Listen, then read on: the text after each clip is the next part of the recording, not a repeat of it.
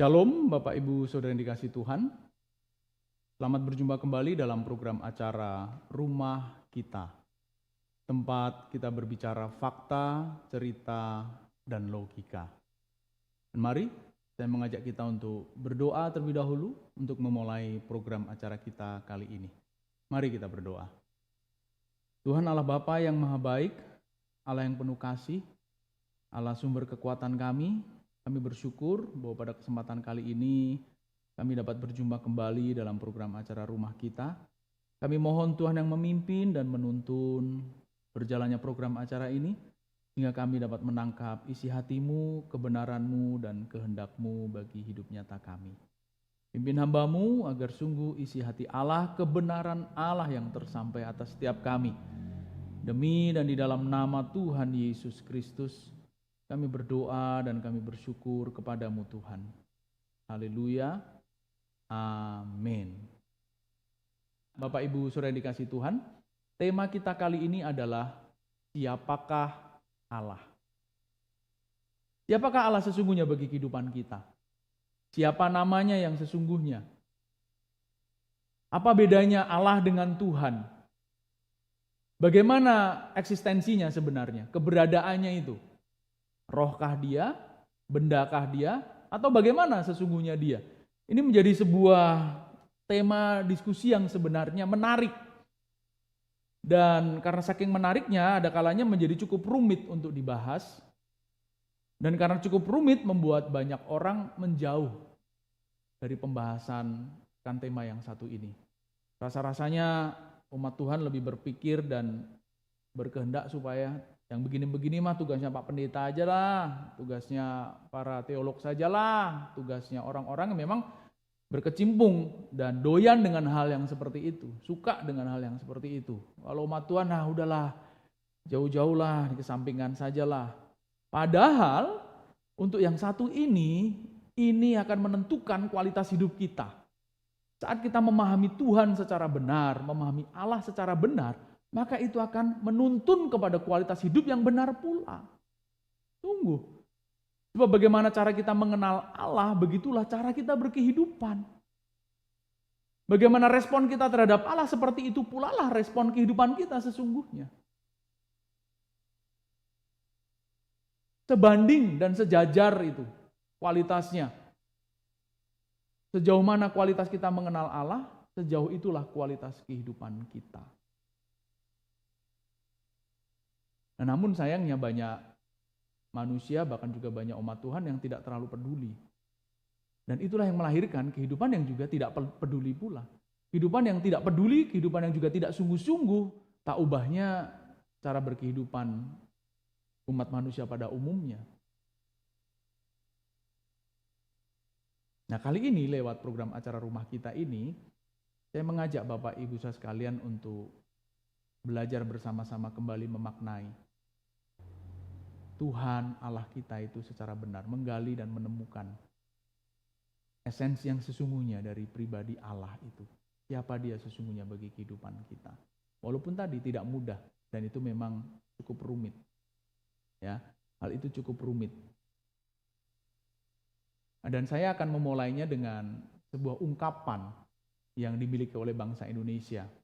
Ungkapan sederhana yang berbunyi, tak kenal maka tak sayang. Sekali lagi, tak kenal maka tak sayang. Nah, kita umat Tuhan ya, adalah umat yang diharapkan memiliki kasih, sayang, dan cinta yang tulus kepada Tuhan. Sekali lagi ya, kita adalah umat Tuhan yang diharapkan memiliki cinta, sayang, dan kasih yang tulus kepada Tuhan. Bahkan, dua dasar hukum yang kita miliki sebagai umat Tuhan, umat percaya, yaitu hukum kasih. Ya, yang hukum pertamanya adalah kasihilah Tuhan Allahmu dengan segenap hatimu dan segenap-segenap berikutnya itu. Ya, yang berikutnya adalah kasihilah sesamamu manusia. Nah, merujuk kepada hukum yang pertama itu, kasihilah Tuhan Allahmu dengan segenap hidupmu, katakanlah demikian. Ya, bagaimana mungkin itu bisa kita lakukan? Bagaimana mungkin itu bisa terjadi dalam kehidupan kita jika kita tidak mengenal pribadi yang kita sayangi, pribadi yang kita kasih itu. Konyol kasih yang kita miliki itu jika kita tidak mengenal pribadi yang kita kasihi. Menjadi objek dari kasih yang kita berikan itu. Tidak mungkin kita bisa mengasihi dia dengan benar kalau kita tidak mengenalnya. Kan pepatah tadi menjelaskan, tak kenal maka tak sayang. Tidak mengenal Tuhan maka tidak mungkin kita menyayangi Tuhan, mengasihi Tuhan juga dengan benar. Kalaupun kita mengasihi itu baru mungkin merasa mengasihi, belum sungguh-sungguh mengasihi. Karena pada dasarnya kasih itu bukan hanya masalah perasaan, tetapi bukti kehidupan. Nah, bicara bukti kehidupan, betapa penting kita mengenal objek dari kasih kita itu. Supaya bukti kasih kita betul-betul berkualitas. Bukti kasih kita betul-betul tepat sasaran. Tidak sembrono, tidak sembarangan, tidak gegabah, tidak salah sasaran. Jangan-jangan objek kasih kita bukan Allah. Jangan-jangan objek kasih kita justru musuh Allah. Jadi betapa berbahaya ketidakmengenalan kita akan Allah berkaitan dengan kasih kita kepadanya. Dan kasih itu tadi bukan hanya sekedar masalah perasaan, tetapi juga termasuk di dalamnya bukti kehidupan. Betapa berbahayanya bukti kehidupan kita. Jangan-jangan bukti kehidupan kita bukanlah bukti kasih kita kepada Tuhan.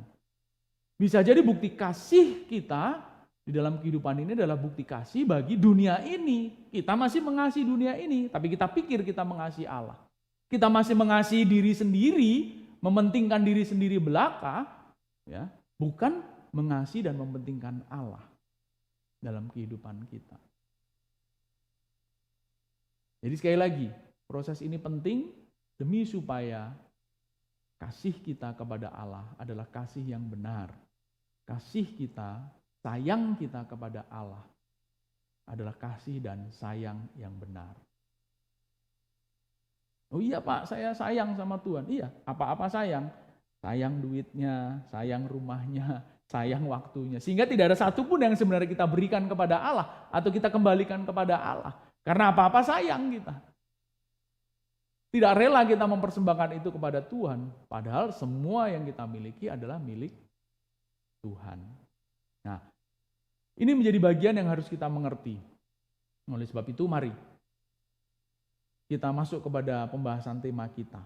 Nah, kalau kita bicara tentang Allah, kita harus mulai dari fenomena kenapa Allah itu menjadi ada dalam kehidupan manusia.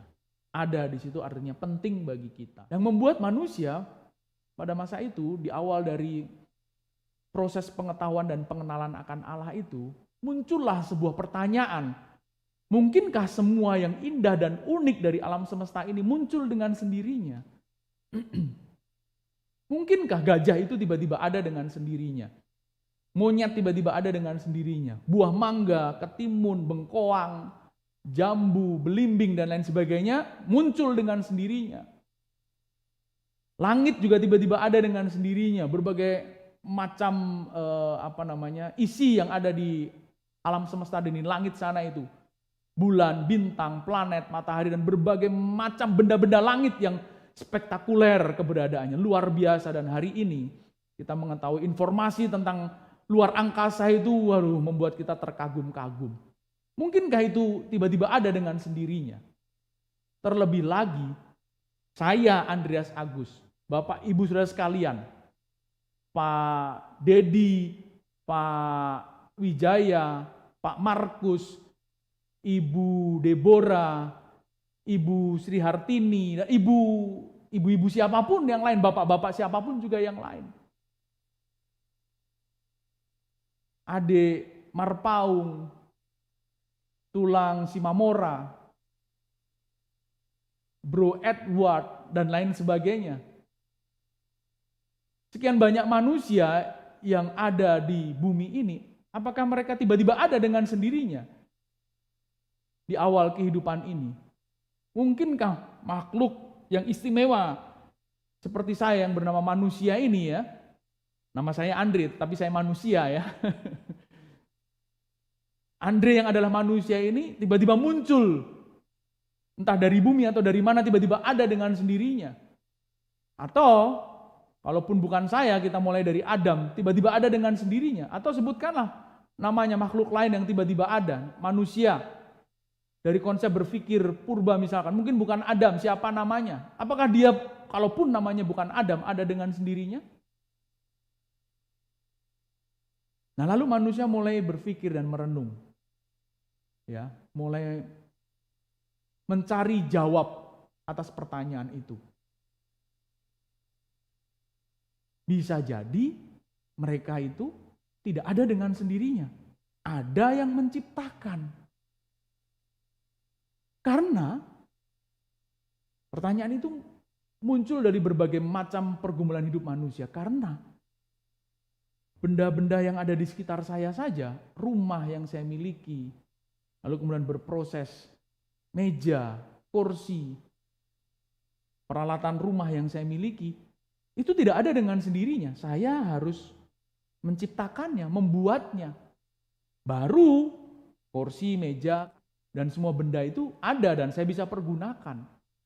Benda yang sesederhana itu saja, rumah, meja, kursi, kereta kuda yang lalu berikutnya semakin modern menjadi mobil yang ada di sekitar kita, yang hari ini juga kita pergunakan, yang sekarang saya juga pergunakan, gadget saya, buku ini, alat-alat multimedia yang saya pergunakan hari ini, itu tidak mungkin ada dengan sendirinya, apalagi manusia yang sehebat kita ini, binatang yang juga seunik itu, tumbuh-tumbuhan yang seunik itu, bagaimana mungkin dia ada dengan sendirinya? Pasti ada yang menciptakan. Nggak mungkin nggak ada yang menciptakan. Aneh, konyol, naif. Walaupun Bertrand Russell, seorang filsuf kebangsaan Inggris, pernah mengungkapkan pendapatnya, jika sesuatu itu selalu ada penyebabnya, atau segala sesuatu pasti ada penyebabnya, berarti Allah juga pasti ada penyebabnya. Tuhan pasti harusnya ada penyebabnya. Kalau dia tidak ada penyebabnya, berarti dia bukan Allah, atau bahkan berarti tidak ada Allah. Nah, karena Bertrand Russell belum menemukan informasi yang cukup tentang hal itu, dia akhirnya memilih untuk agnostik. Agnostik itu A tidak, gnostik itu pengetahuan atau tahu dari ginosko.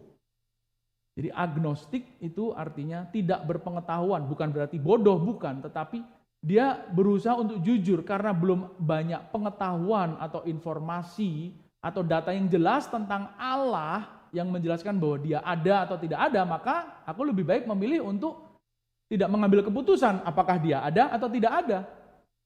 Jadi sebenarnya keputusannya mengambang, tetapi memang itulah keputusan dari kaum agnostik. Dia merasa tidak perlu untuk memutuskan karena memang belum ada informasi yang jelas.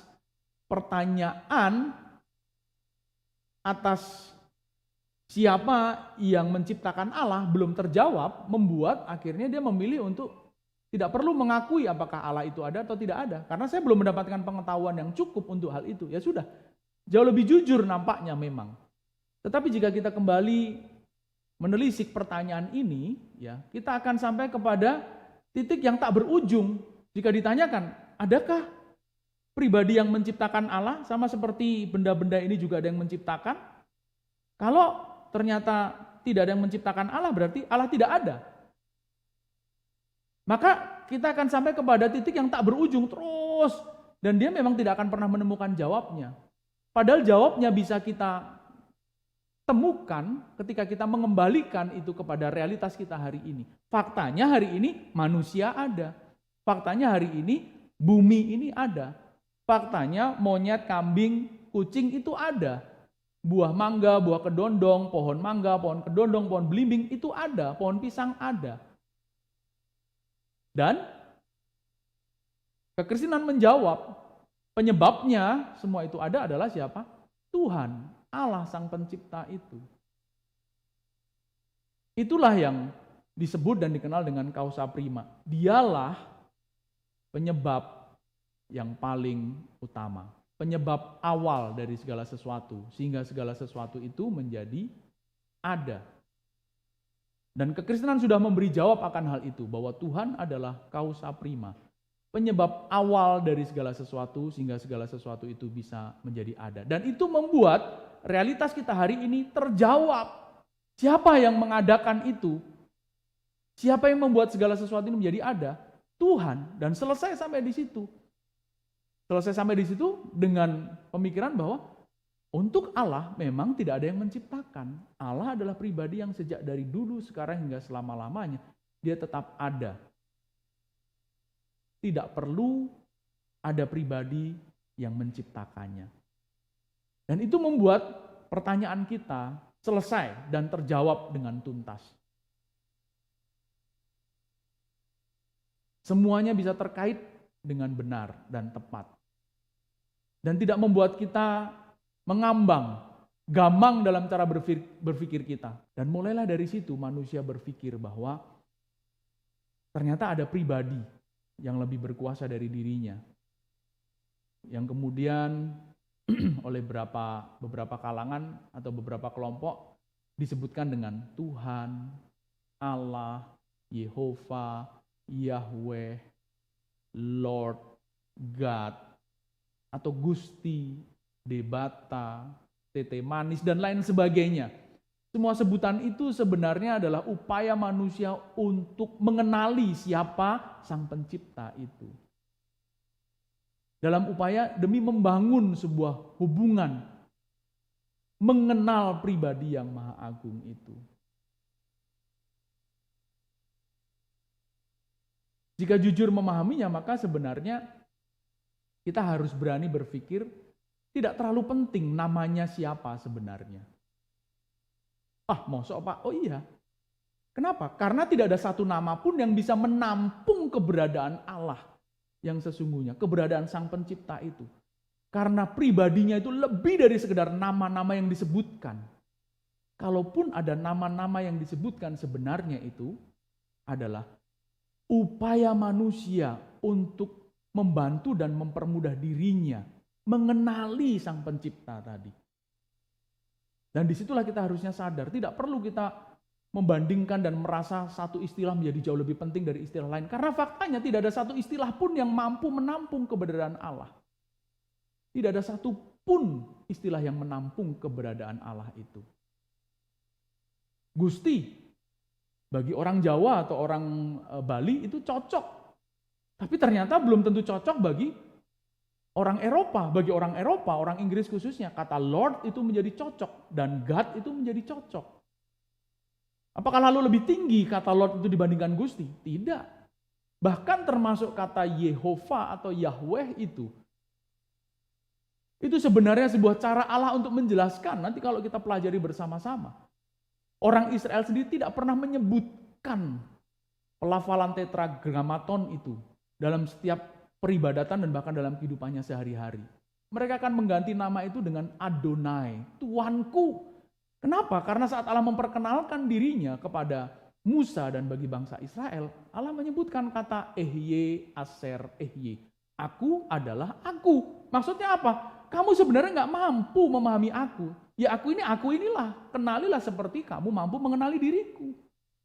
Lalu barulah nama itu ya digunakan menjadi nama yang menjelaskan tentang siapa Allah. Yang walaupun sebenarnya misteri. YHWH.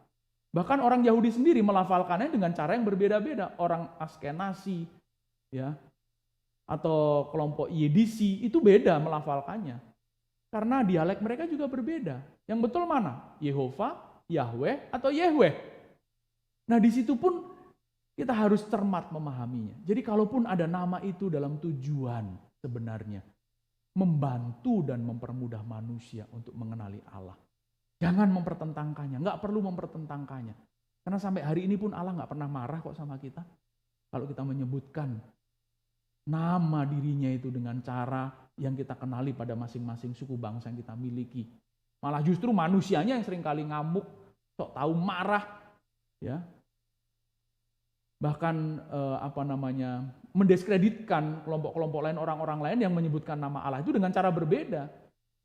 Walaupun ada makna khusus iya, tetapi bukan berarti lalu nama yang lain menjadi lebih rendah. Nah, Untuk kita bisa memahami dan mengenali lebih dalam, mari kita coba kenali dari istilah-istilah yang dimiliki oleh Alkitab tentang penyebutan nama Allah itu. Istilah yang pertama atau kata yang pertama adalah El. Kata ini sebenarnya kata yang diambil dari bahasa Semit Mesopotamia, bahasa yang dimiliki oleh Abraham dan bapak-bapak leluhurnya.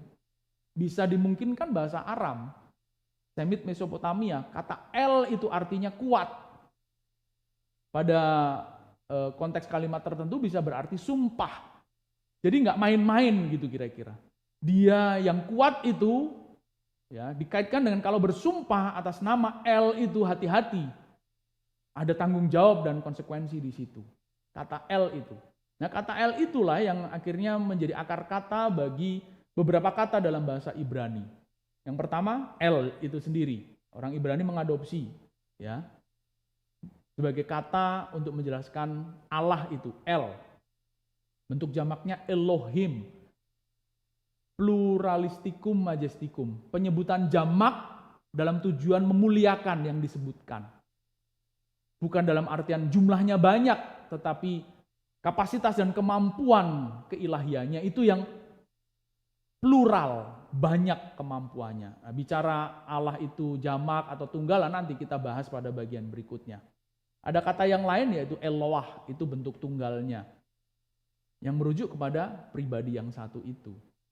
Nah dalam bahasa Aram dikenal dengan kata Elah atau Elaha. Mirip bukan?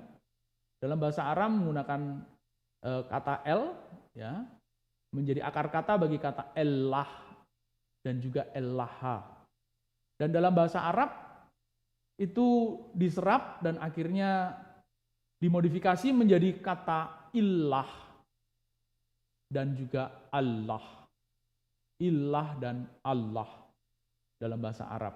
Nah kata ini berasal dari kata yang sama tadi yaitu El yang artinya kuat. Nah, lalu kemudian kata ini sebenarnya diadopsi oleh bahasa Indonesia melalui bahasa Arab ya. Menjadi kata Allah itu tadi.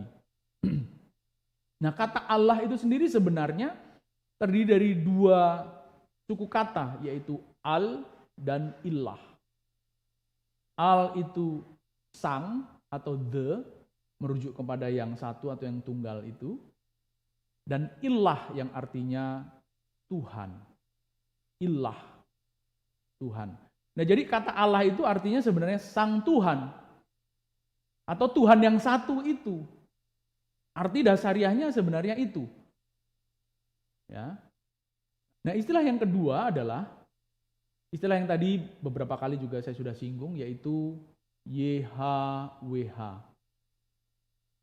Yod, He, Waw, He dalam bahasa Ibraninya, dalam huruf Ibrani. YHWH. Yod, He, Waw, He. Melafalkannya seperti apa? Tidak ada satupun yang sebenarnya berhak merasa paling benar untuk melafalkannya. Kayak lagi tadi, ya. Suku-suku Ibrani pun atau kelompok-kelompok orang Ibrani pun menyebutkannya dengan dialek yang berbeda-beda.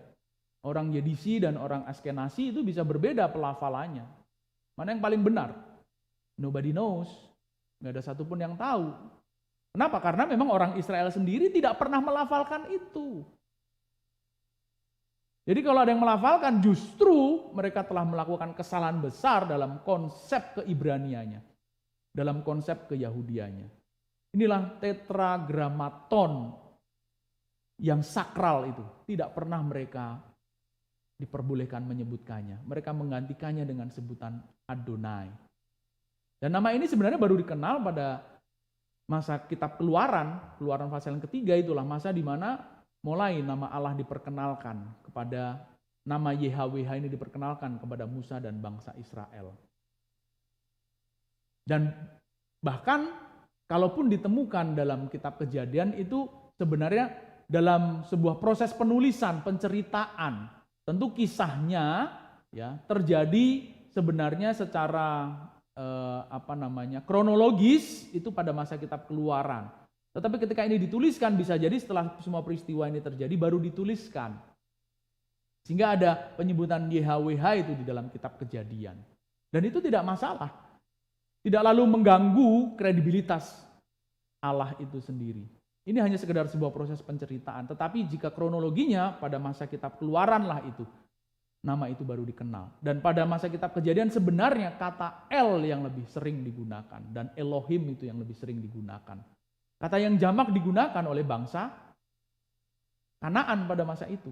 Orang-orang Timur Tengah memang menggunakan itu demi menyebutkan kata Allah atau Tuhan Sang Pencipta itu. Ya. Yahweh ini sebenarnya hendak menjelaskan pribadi yang maha kuasa, pribadi yang maha segala itu tadi, tak terjelaskan. Aku adalah aku. Ada penerjemahan yang lain yang menjelaskan aku adalah yang aku ada. Ya, aku itu ya aku yang ada seperti ini, gitu. Seperti ini di situ dalam artian bukan lalu sembarangan, bukan seperti ini ya, seperti bagaimana engkau memahami seperti itulah keberadaan diriku. Tetapi bukan berarti lalu membuat pemahaman itu membatasi keberadaan Allah. Ya kamu mampu memahami seperti itu, ya sudah. Tetapi bukan seperti itu sebenarnya aku itu. Bisa jauh lebih hebat dan jauh lebih besar penjelasannya dibandingkan apa yang kau pahami. Sekali lagi sebenarnya ini hendak menjelaskan kemahaan Allah yang memang masih penuh misteri, tidak mampu dijelaskan oleh siapapun juga termasuk manusia. Hanya Allah sendiri yang mampu menjelaskannya. Misteri ini akan terjawab ketika kita berjumpa dengan pribadi yang maha agung itu. Itulah penyelesaian dari semua misteri itu. Walaupun sekarang kita bisa memahaminya, itu baru sepenggal dari seluruh misteri yang ada tentang dirinya. Keseluruhannya mungkin kita tidak mampu memahaminya, tetapi setidaknya sepenggal demi sepenggal dari keseluruhan misteri itu yang belum terjawab kita bisa pahami. Dan paling tidak membuat kita menjadi sedikit lebih tahu tentang siapa Tuhan yang sesungguhnya bagi hidup kita. Dan bukan sebuah dosa kalau kita baru memahaminya hanya sekepalan tangan kita atau dua kepalan tangan kita. Kapasitas manusia berbeda-beda, tidak masalah. Tetapi bukan berarti setelah kita memahami sekepal dua kepal itu membuat kita lalu sombong dan merasa paling hebat, paling tahu. Itu yang salah. Proses ini justru menyadarkan kita, kalaupun kita tahu, itu menyadarkan bahwa kita bukan siapa-siapa. Dan kita bukan apa-apa di hadapan Tuhan. Karena apa? Kita belum mampu menjelaskan seluruh misteri tentang Tuhan itu dalam kehidupan kita. Waduh, untuk satu hal ini membuat kita harusnya sadar. YHWH. Yahweh itu. Ya. Yang walaupun dalam kitab Kejadian sebenarnya masih digunakan kata El. Bahkan saat masa pembuangan pun, bahkan sesudah pembuangan, kata El masih juga sering digunakan dalam kesejajaran dengan YHWH itu. Dan bangsa Israel merasa tidak masalah itu, gitu, tidak masalah karena itu merupakan sebutan umum. Kita saja yang seringkali sok Yahudi, padahal kita ini bukan orang Yahudi secara keturunan genetik langsung, tapi rasa-rasanya kita paling hebat, merasa paling tahu dan merasa paling berhak. Ya, membumi hanguskan orang-orang yang menggunakan istilah lain. Aduh, sampai hari ini aja Tuhan gak pernah marah orang pakai kata apa sebutannya tadi, debata, gusti, ya, tete manis, Lord, God, atau sebutan-sebutan yang lain yang dimiliki oleh setiap suku bangsa. Dan disitulah justru keluhuran Allah mengerti dan memahami setiap manusia. Indah, itulah jembatan yang manis yang menghubungkan antara Allah dan ciptaannya. Waduh, indah. Tentu penyebutannya dalam kehormatan, bukan mentang-mentang diizinkan menyebutkan dengan nama apapun juga, lalu menyebutkannya dengan cara yang tidak hormat. Ya, dihajar kita nanti, tunggu tanggal mainnya, waktunya akan segera datang. Dia adalah pribadi yang maha agung, maha luhur. Kepada pejabat pemerintah saja kita tidak boleh sembrono, tidak boleh sembarangan. Tidak usah presiden, ketua RT saja kita hormati. Kita jaga perilaku kita di depan ketua RT. Ini di hadapan Tuhan sembrono, wah memang kurang ajar kita itu. Nah itu tadi sebenarnya. Bagaimana kita mengenal Allah, sejauh mana kita mengenal Allah, itu akan menentukan kualitas hidup yang akan kita tunjukkan dan buktikan dalam kehidupan nyata kita. Seberapa jauh kita berusaha mengenal Allah, sejauh itu pula lah kualitas hidup kita. Nah, selanjutnya, menarik bukan? Jadi ini mengingatkan kita. Yang ketiga adalah Adonai, dari kata Adon. Ya, ini merupakan kata milik bangsa Kanaan. Adon itu artinya tuan. Ya. Yang lalu kemudian dalam bahasa Indonesia disebutkan dengan Tuhan, menyisipkan huruf H itu. Menjadi khas milik bangsa Indonesia. Tuhan itu merujuk kepada Tuan atas segala tuan. Penguasa dari semua penguasa yang ada. Wah, Adon yang akhirnya juga disebutkan dengan Adonai. Kata inilah yang digunakan untuk menyebutkan kata YHWH itu. Yod, He, Waw, He. Karena saking hormatnya digunakan kata tuanku. Hal ini mengandung implikasi bahwa siapa yang menyebutkan kata Adon itu artinya, siapa yang menyebutkan kata Adonai itu harus menyatakan dirinya sebagai hamba atas Tuhan yang satu itu. Dia harus membuktikan bahwa hidupnya mengabdi, tunduk sepenuhnya. Karena kalau dia Tuhan, penguasa dari semua penguasa, tadi kepada penguasa bumi saja, penguasa di bumi ini saja, di wilayah-wilayah yang kita miliki, betapa kita tunduk ikut aturan mainnya, menjaga sikap hidup kita dan perilaku kita sesuai dengan aturan yang ada. Terlebih lagi, Tuan atas semua Tuan yang ada ini, betapa kita harus tunduk dan taat, patuh sepenuh-penuhnya. Waduh, ini konsekuensi logis yang harus kita miliki. Dari penyebutan kata Adonai, Tuanku itu. Waduh, betapa dalam kita bisa memahami dan memaknainya jika kita juga mengenal pribadinya secara benar. Dan itu akan menggali potensi ya dari kualitas hidup kita yang semakin berkenan di hati Tuhan, semakin menyenangkan hati Tuhan. Semakin membuat bahkan kita pun berguna dan bermanfaat kehidupan kita. Pasti dengan kita menyadari, ya kesadaran kita tadi sebagai hamba itu, pasti kita akan berusaha menjalankan hidup ini secara berkualitas, benar dan berkualitas. Tadi berguna dan bermanfaat. Tentu yang paling tepat adalah dimulai dengan bermanfaat bagi diri sendiri. Kita harus semakin benar, semakin baik. Dan berikutnya pasti kita tidak akan menahan kesempatan untuk bermanfaat bagi sesama kita, bagi orang lain, dan keduanya itu menjadi bukti bahwa hidup kita bermanfaat bagi Tuhan. Majikan yang agung kita ini. Pusat dari seluruh pengabdian kita, karena kita adalah jongos hamba. Ya, pengabdi kepada Tuhan itu, bukan pengabdi setan. Karena dialah yang layak disebut sebagai Adon atau Tuhan itu. Ya. Dan lalu semua istilah itu baik YHWH, Adon maupun El atau Elohim, Eloah itu pada abad ketiga sebelum Masehi ya oleh Imam Besar Eliezer pada masa itu atas arahan Raja Ptolemeus Philadelphus ya, mereka menerjemahkan ya 70 orang yang ditunjuk oleh Imam Eliezer ini, 70 orang menerjemahkan Alkitab Perjanjian Lama ke dalam bahasa Yunani. Alkitab Perjanjian Lama dalam bahasa Ibrani, lalu diterjemahkanlah dalam bahasa Yunani yang tentu ya di dalamnya ya mengandung konsekuensi merubah atau menerjemahkan kata-kata dari El, Yahweh, Adon dan yang lainnya itu ke dalam bahasa Yunani. Nah, di sini kita menjadi tahu bahwa logika berpikir bangsa Yahudi coba berusaha dibahasakan dalam logika berpikir bahasa Yunani.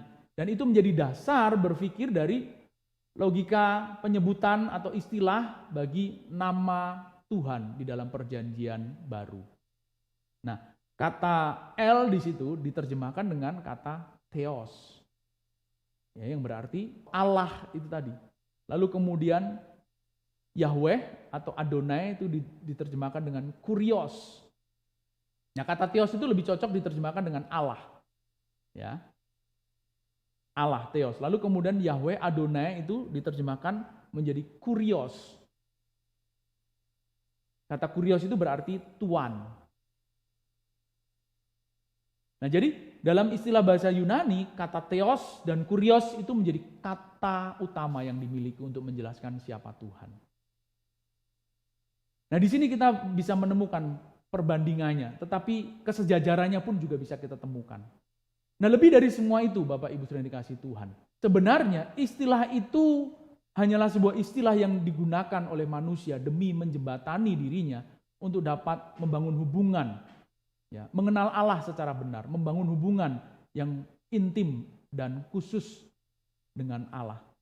Tetapi sebenarnya lebih dari semua itu, semua istilah itu hanya dalam tujuan merujukkan kepada setiap kita, kepada satu pribadi yang tak tergantikan, yaitu Tuhan. Dialah satu-satunya Tuhan itu, tiada yang lain. Dialah sang pencipta itu, yang disebutkan dengan Elohim, Allah, atau siapapun dalam bahasa-bahasa yang lain. Tak tergantikan keberadaannya. Dan keberadaannya itulah yang memberi pengaruh kepada kehidupan kita. Dialah yang membuat kita ada hari ini dan terus menjadikan kita ada hingga pada akhirnya. Dan yang lebih penting bukannya sekedar penyebutannya. Bagaimana respon dan sikap kita kepada pribadi yang kita beri nama, seperti yang kita ketahui dan kita kenal itu. Disinilah kita seharusnya sadar bahwa pusat penyembahan kita hanyalah kepada Tuhan. Pusat pengabdian kita hanyalah kepada Tuhan, bukan kepada yang lain. Dan jika kita sudah mengenal dirinya, mengetahui dan memahami siapa dirinya, mari kita arahkan proses berkehidupan kita kepada apa yang Dia kehendaki. Karena Dia adalah pribadi yang satu itu yang berkuasa, Maha Agung dan Maha Mulia dan penentu kehidupan kita. Betapa kita harus mengarahkan seluruh proses berkehidupan kita seperti yang Dia kehendaki. Seperti yang Dia mau bagi kehidupan kita. Itulah sebabnya tugas kita yang paling utama. Bukan hanya sekedar mengenal namanya, mengetahui istilahnya, memahami teori-teori tentang Tuhan. Tetapi bagaimana kita membangun hubungan yang intim tadi dengan pribadi yang Maha Agung. Menjalin hubungan yang khusus spesial, menjalin hubungan yang berkualitas itu dengan Tuhan. Yang akhirnya mempengaruhi seberapa berkualitasnya kehidupan kita. Dan yang membuat kita akan terus berusaha memperjuangkan hidup semakin baik, semakin benar, dan semakin berkenan di hadapannya. Bahkan sempurna dalam pandangan matanya. Dan pada proses kehidupan kita, pada akhirnya membawa kita kepada keselamatan yang tak tergantikan. Saat itulah, saat dimana hubungan yang sudah kita bangun akan menentukan keselamatan kita di kehidupan yang akan datang. Sungguhkah kita diterima di kehidupan yang akan datang? Karena sekalipun kita tahu dan kita paham tentang semua teorinya, namun itu tidak berdampak kepada kehidupan kita. Tidak membuat kita semakin bersungguh-sungguh untuk menjaga kehidupan kita seperti yang Dia kehendaki. Semua teori itu menjadi tidak berguna sama sekali. Tidak bermanfaat sama sekali. Namun ketika ilmu itu terus kita serap dan kita sungguh-sungguh izinkan memberi pengaruh pada kehidupan kita, itu akan terus menuntun kita. Bagaimana semua istilah itu sungguh-sungguh mempengaruhi kehidupan kita, membuat hidup kita semakin berkualitas dan menyenangkan hatinya. Sebab Dialah sang pencipta yang satu itu, Dialah Tuhan yang satu itu, tidak ada yang lain. Dan nanti Dialah yang akan mengadili dan menghakimi kehidupan kita. Adakah kita memperjuangkan hidup ini secara benar? Supaya satu saat kita tidak menyesal. Semua proses pengenalan kita akan Tuhan memberi pengaruh positif bagi kehidupan kita. Dan membawa kita kepada keselamatan kekal. Mari kita berdoa. Tuhan Allah Bapa yang Maha Baik, kami bersyukur, kami berterima kasih untuk kebenaran-Mu yang mencerahkan kami pada kesempatan kali ini. Kami mohon Tuhan, Kau mampukan kami untuk bukan hanya dapat menyerap dan memahaminya dalam logika kami, dalam cara berpikir kami, namun sungguh kami dapat mempraktekannya, mengimplementasikannya dalam kehidupan nyata kami. Sehingga berguna setiap pengetahuan kebenaran-Mu bagi kehidupan kami. Terima kasih Tuhan, kami mengucap syukur hanya di dalam nama Tuhan Yesus Kristus. Haleluya. Amin. Selamat berjumpa kembali dalam program acara Rumah Kita selanjutnya. Tuhan Yesus memberkati.